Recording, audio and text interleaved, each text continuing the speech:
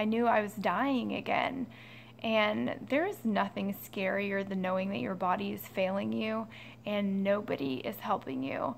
It is a terrifying experience, having no indication as to anybody really gives a shit. And that's super, super awful. That's a super, super awful place to find yourself when you are that sick.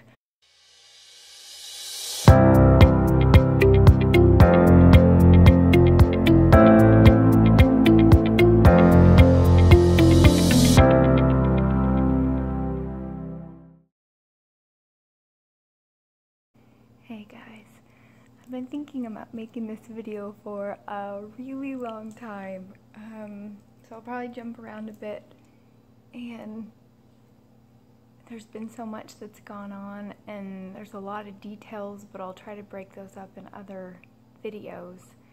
I've been sick as long as I can remember. One of the first things that my mom ever told me about being little was I was born at the beginning of December, and around Christmas time I was super sick. I had double ear infections and pneumonia or bronchitis, something like that, and she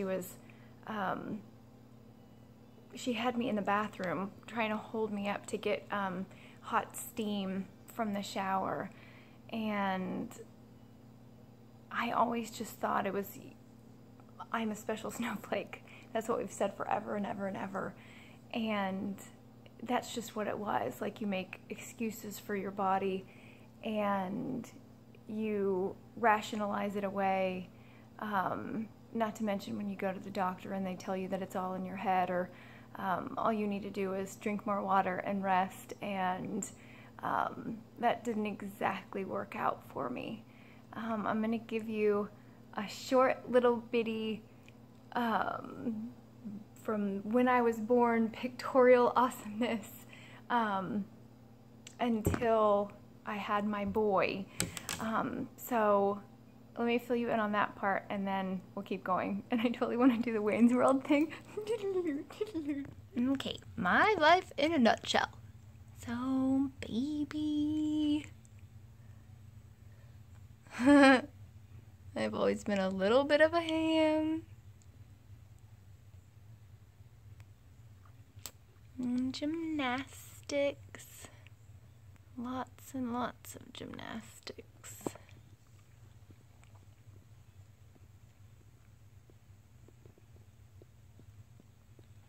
And music.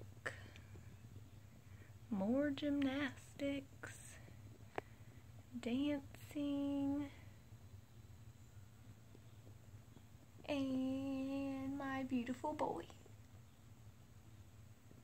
Okay, so looks pretty normal, right? Nothing super off. But there's several things that are different. I was a very colicky baby. I had trouble eating. I was always upset. I was always spitting up, cried. You ask my parents, and if they always say that if they would have had me first, they never would have had a second baby. So my brother was really lucky he came first. I got glasses very, very early. Yes, that's funny, but I've already got glasses starting about here. I think I got them when I was about 6 or 7. So lots of gymnastics, lots. So I was flexible growing up, but I remember even here that I would do things that the other girls would do and I would have trouble. Like, I would crouch down to do something, or do a dance, or do, you know, something on the floor, the beam, or the anything, and when I stood up, blood would pool in my legs. I would have trouble, tunnel vision, not a whole lot of total blacking out at that point, but it was definitely something I was very, very aware of. And obviously I was in a lot of sports types things, and so I had bruises all the time, but of course it makes sense because I was active and I was doing things. So really flexible, I specifically remember this picture because I had just been sick for almost 3 months. I was homeschooled for about 3 months because I was so sick. It was like a flu virus mono sort of thing. I lost so much weight. I remember the group picture that we took when this photo opportunity was going on, and I was so incredibly small. So I sang. This was all junior high. This was high school. That was senior pictures. And what's funny, so that one's me. So super flexible. And then, so I was an officer when I was a senior for our dance group for high school. And what's so funny now and kind of ironic is I was totally the chunky one. And then I had my boy. I had my boy when I was, oh good gracious, 23 maybe. My body completely changed when I was pregnant with JT. Everything was different. My GI tract was different. And it was different ever since. And what's interesting now is how much it changed after that point. Okay, so let's back up a little bit. Growing up, I had all sorts of unexplained rashes. They started when I was young. There was some skin involvement that I had when I was little. Eczema and some other stuff. I really don't remember back that far, but then I would have unexplained rash after unexplained rash after unexplained rash after unexplained rash after unexplained rash after unexplained rash, literally just over and over and over again. And the last picture, I mean, that was taken just several months ago at an emergency clinic in New York. They can strike out of nowhere. Incredibly frustrating to deal with. Massive amounts of steroids is about the only thing that can fix them for me. Then other symptoms started up. I had hair loss. I started going gray at 19. I had kidney stones at 19. I ended up having a hysterectomy at 29. I hemorrhaged right before my hysterectomy when I was 29. It was really scary. I was really sick. And I had thrush.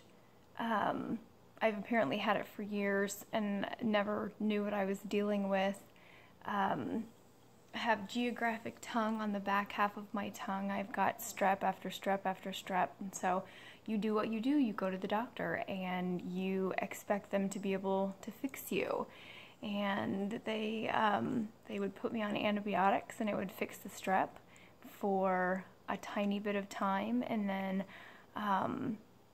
you try to act like nothing's wrong and you go about your daily business, and I'm a super positive person, and so I put a smile on my face, and you go to work and you take care of your kids, and you spend time with your family, and you do all the things. You have life to lead, and so you lead it the best that you can. The strep was kind of my Achilles heel for a really long time. You feel bad, and you go back to the doctor, and they give you more medication, and it doesn't fix the problem, and had test after test, and all we could come up with is that I just had a super, super bad case of strep. I was ridiculously resistant to antibiotics at that point. So we decided that I am going to go through an adult tonsillectomy and adenoidectomy. I was told how horrible it was going to be by about every person that you talk to. Everybody tells you it's horrible. So I went through the procedure. This was probably December of 2015. And I came out of the surgery. I felt great that day. Kind of up and down for a few days. Day 5, like they always say, is absolutely horrible. I can't tell you why day 5 is so horrible, but it's really horrible. But I came through it. But something that was odd is I was strep positive 3 weeks before surgery. I was strep positive the day of surgery. I was strep positive 3 weeks after the surgery. And again and again and again and again, and nobody could figure out why I couldn't get rid of the strep. So at this point, I was referred to infectious disease. So they do massive amounts more testing and blood work, and check my immune system and check me for every random, oh my gosh, I was tested for every STD you could possibly imagine, HIV, AIDS. I was tested for hepatitis and all sorts of things. I would have to look at it was crazy how much they tested for. And I'm thinking that, these are the end-all be-all people and they're going to figure it out. And I had excitement. I was super, super excited. I was positive that they were going to figure it out. And, you put your faith in medical professionals because I think you're kind of taught that that's what you do, that they're smarter, that they're more educated, that they can absolutely figure this stuff out. And they didn't figure anything out. But something that she did for me is she put me on the right track that nobody else had been able to do. She put me on steroids, corticosteroids, for to see if that would actually get rid of the strep as opposed to antibiotics.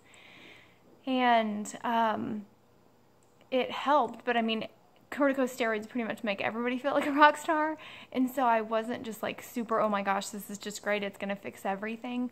But she made a comment about, have you ever been tested for autoimmune diseases? And I was like, no. I mean, I really had no information about it, just not a whole lot of anything. And she said, but putting you on corticosteroids, if they really help, then it definitely might lead us down the right path of what is causing all of my problems, all of my issues. And so I, took the corticosteroids. I waited for all the blood work to come back, super excited that they're going to figure it out. And nothing really came back. My white blood cells were too low, certain little things. I was sick, but that's it. And so I'm like, okay, well, what's next? And she was like, oh, I don't know, just go back to your primary and figure it out. I was heartbreaking, thinking that somebody's going to figure it out. And so then I had this ad when it's no help. And then I go back to, I have good days, and then I have bad days, and it's a roller coaster, and it's unpredictable. And it's really, really hard to live your life like that. So with her comment about autoimmune diseases and nobody can figure out what's wrong, and I'm having test after test after test, and still I literally became allergic to the phrase, I don't know. And that was doctor after doctor after doctor, and they had absolutely no idea what was wrong with me. So I took it upon myself to figure out what was wrong with me because nobody else was going to do it. And I got a listing offline of autoimmune diseases, and I started with A. And it took me weeks and weeks and weeks and weeks of research to go through, because you don't know what are symptoms and what aren't. And so I started kind of looking at it, trying to look at me as a whole as to what's going on. And I knew I had strange circulation, especially on my hands and my feet. So this is 2 pictures of my hands when I completely lose circulation in my fingers. They turned white. I can't feel anything. You could literally stab them with a fork and I would feel nothing at all when they turn white like that. And then my feet do it as well. Winter is scary for me because I lose sensation in my hands and my feet like that. So weeks and weeks of research, pages and pages of symptoms and things that I knew I was experiencing, that at this point I didn't know what symptoms were and weren't and whatever.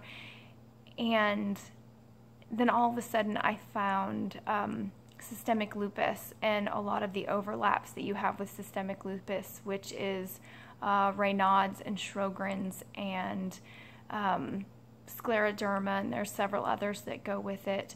And I literally, oh my gosh, I bawled when I found it.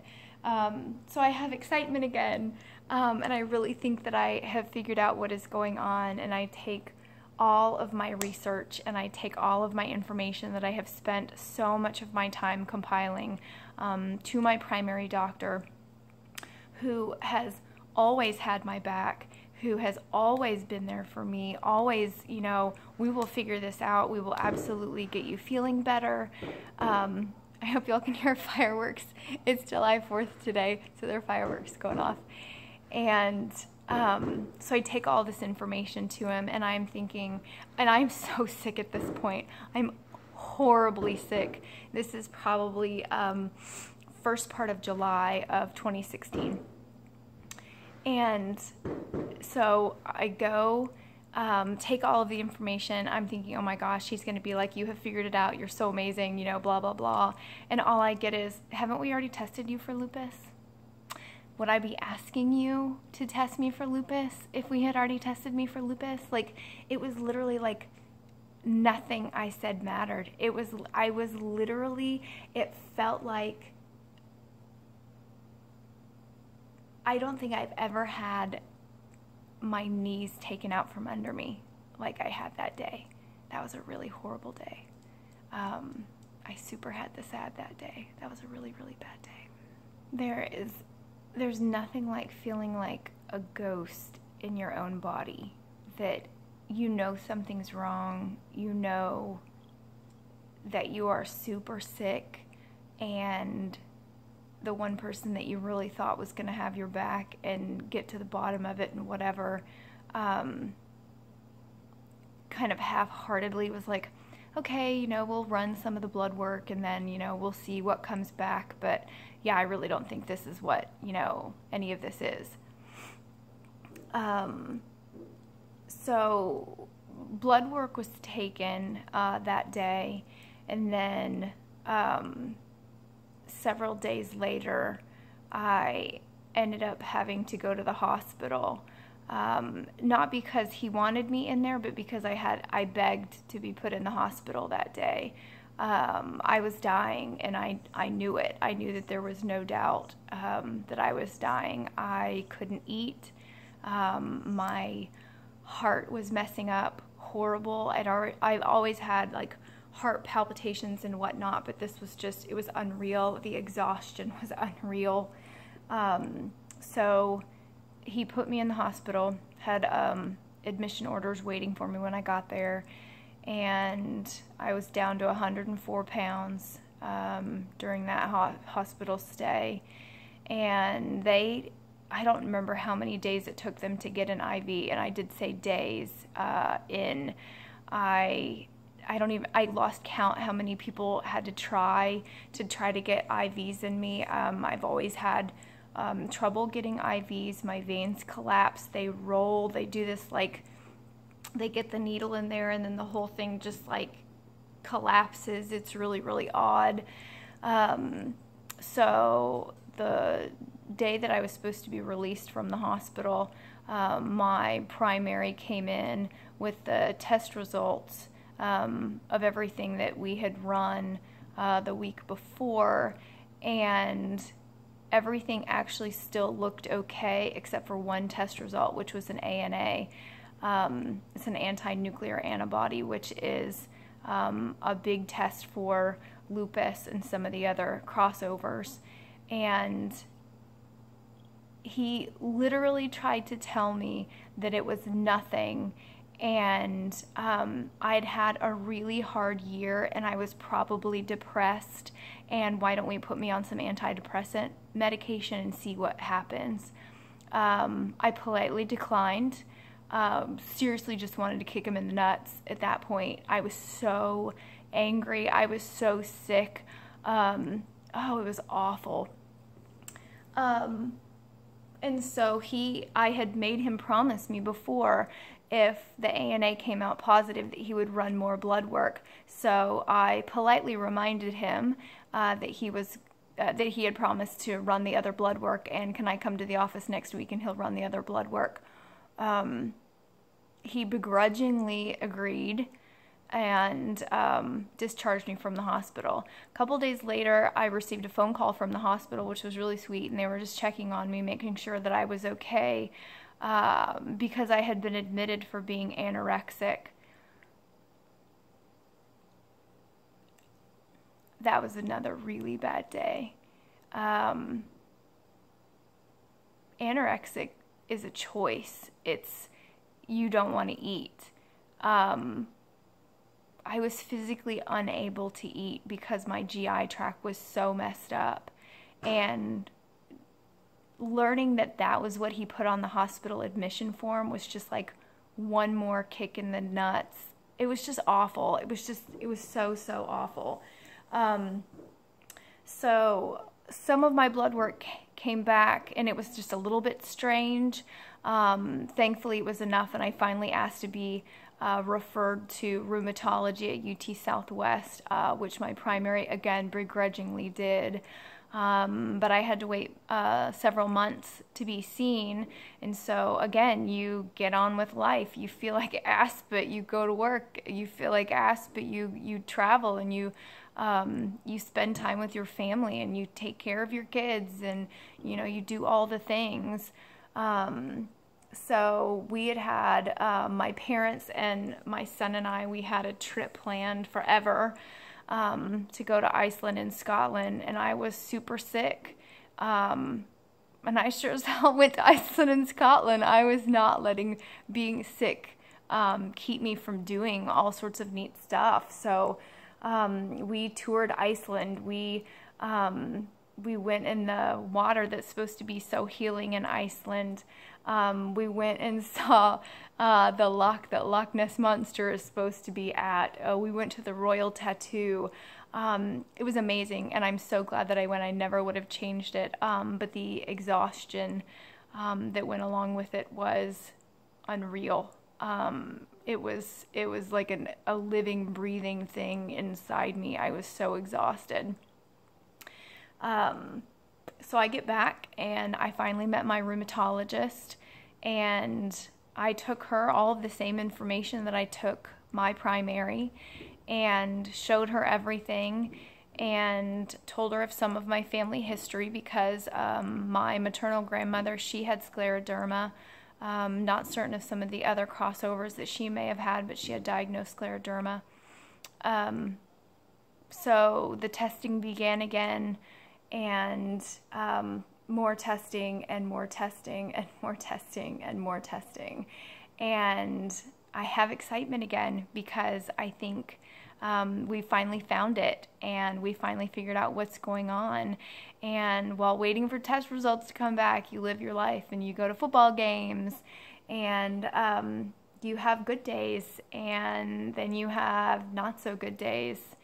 And more of my blood work came back from all the rheumatology stuff, and it was fine. It was absolutely normal.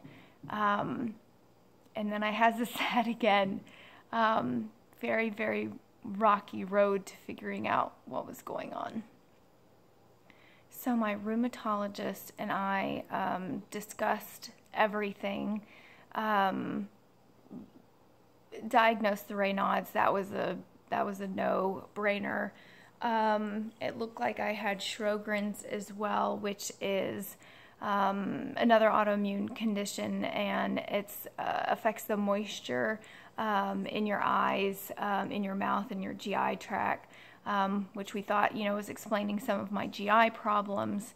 And she said that a lot of people that present like I did, normally there is somewhere around like a 2-year span, and your body kind of picks a direction as to, that it goes towards lupus or goes towards scleroderma or one of those. And it makes a big difference, because all she wanted me to do was wait. So we waited about 6 months, and then I went back to see her, and it was more of the same. I felt awful all the time. And so I ended up seeing GI, and we had more testing, and I'm more exhausted, and we found, some of the things, some of my GI stuff was diagnosed then with really bad reflux, but there wasn't huge amounts of explanation of what was going on and why I was having such a hard time. Food is poison to me. It literally feels like it's going bad in my system. So when we went back, my boyfriend and I went back and talked to her at, I think it was the 6-month follow-up, could have been 9 months. And she was like, okay, well, let's just see how you do. And that was not okay. I was not okay just waiting and waiting anymore. So we finally started medication for some of my GI stuff. And so this is some of my medication. So I have dermatology on staff now. I have hematology. I think I'm up to like 11 subspecialties, something like that, as of today. And, and it helped some. And I'm sure some of it was mental, that I was actually doing something. I was being proactive finally, as opposed to just the waiting game, which I'd been doing for years and years and years, and nothing was getting better. And so some days I felt like a rock star, and some days I felt like the poop cup. And the good days were becoming harder and harder to come by. And I'm still trying to work full time, and my boy is getting, super grown, and I don't want to miss anything that he has going on. And I started getting worse, and I I knew I was dying again. And there is nothing scarier than knowing that your body is failing you and nobody is helping you. It is a terrifying experience, having no indication as to anybody really gives a shit. And that's super, super awful. It's a super, super awful place to find yourself when you are that sick. And we had rerun some of my autoimmune blood work not too long ago, several months ago. And because of how sick I was, I really expected something to come back and really show like what was going on and which direction my body had picked, because it was 2 years after, and nothing showed up. My ANAs are consistently positive, but that's it. And so one day I finally decided to, I said, self, we're going to have to figure this out because nobody else can. And part of it was I got caught up in the subspecialties kind of mindset that everybody has these days, that I would go to GI and I would tell GI what my GI problems are. I would go to neurology and I would tell neurology what my neurology problems are. I would go to endocrinology and I would tell them what those problems were. But nobody was over all the issues that I was having. And it was more of the whole, I didn't know what was symptoms. You just think, this is my body and this is what it does. And I had strange color around the irises of my eyes that I'd never had before. I've always bruised easily, but it was like a whole nother realm of its own with how easily I was bruising. Food was horrible. I would eat like several bites of food and I would literally feel like I had eaten this huge, big, massive like turkey dinner. And so I put everything together. I put all of my symptoms. I didn't separate it at all. I literally just started typing it all out and came up with an almost 4-page list of what was going on. And with all of my GI symptoms, I started looking up feeding tubes and people on YouTube that had, that had feeding tubes and, what they were being used for, and several other things. And I ended up finding the Fry Life with Mary and Peter. And so I learned a lot about feeding tubes from Mary. And because I was watching her, Chronically Jackie came up, and I learned all sorts of things that I didn't know were things from her channel.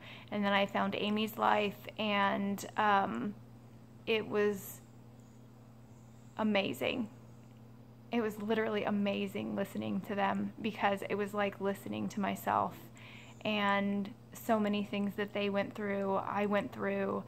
And so I put it all together, and I went to 3 of my subspecialties and told them what I thought was going on, and tried to figure out who I needed to talk to and who I needed to see. And the wait times were unreal. It was 3 and 6 months to be able to be seen by anybody, and I was not going to make it. I was literally not going to make it if I had to wait that long. And I found a cardiologist in Medical City that is a very, very smart man on EDS, which is Ehlers-Danlos syndrome, which I've been diagnosed with, and also POTS. POTS is a circulation and autonomic nervous system problem. Syndrome. It's called postural orthostatic tachycardia syndrome. I've been diagnosed with that, and we're going through the process to try to figure out exactly which kind I have. I'm now on quite a bit more medication to try to keep me going until we have an actual plan. But yeah, YouTube saved my life. It's the only reason I figured out what was going on and why I was so sick. And I have a list of diagnoses now that's ridiculous, but I think I'm finally on the path. So at 38, my journey is about to begin on what is really, really happening with me, and I hope you guys come along with me on my journey. So thanks for listening. Thanks for, oh my gosh, all the great thoughts and the cheering on, and I really appreciate everybody's support, and y'all are awesome. So come along with me. We'll figure all this stuff out.